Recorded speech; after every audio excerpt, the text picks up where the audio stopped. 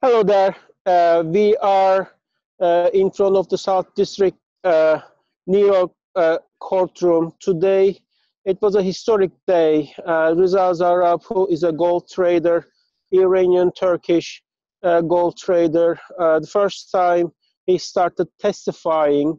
It was a pretty bombastic testimony, we could say. Mr. Zarrab his testimony went over 2 hours, and he responded prosecutors' questions about his gold scheme. Mr. Reza Zarrab is accused of uh, creating and running a scheme which was busting sanctions put on Iran between 2010 and 2011. And Reza Zarrab today began from 2010 and one by one started explaining how and with which players he ran his scheme to overcome the sanctions put on Iran by the UN, by EU, and also and mainly by the US Congress.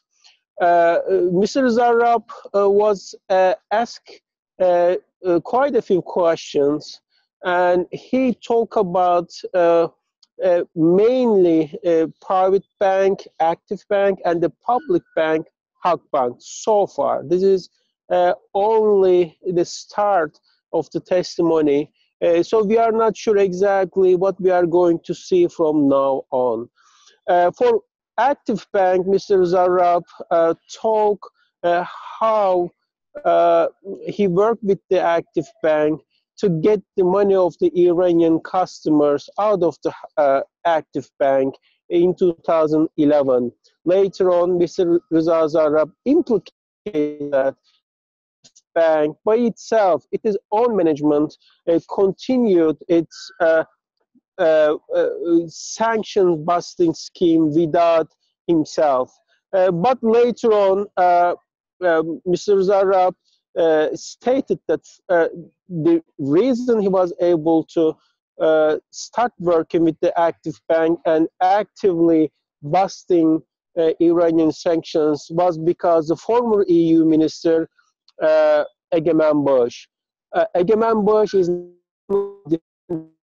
defendants in charge in indictments here in South District of New York. So we'll see whether Mr. Egemen Bush, who is now still very close and who was a very leading actor in the Mr. Erdogan's governments until late 2013, whether he is going to be included in. And the second person, Mr. Reza Zarrab, Zafer Chalian. Zafer Chalian is already charged in this case. But Mr. Zarrab went through the lists, bribe list, and he explained and he confirmed that those bribe lists have been true, internal company document. And Mr. Zarrab summarized that he gave in total about 4 million to Mr. Chalian,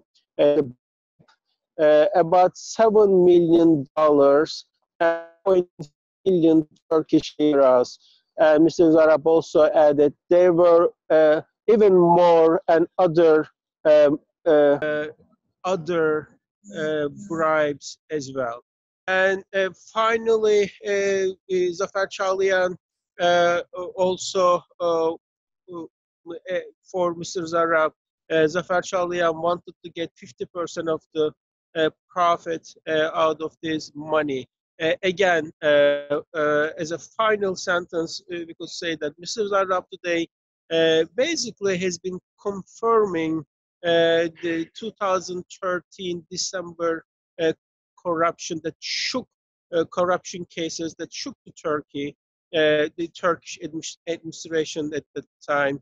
And now Mr. Zarrab is explaining how he and the key figures within the Turkish government, Erdogan government, they ran a business and make a big profit, including how his meetings with the central Iranian bank worked.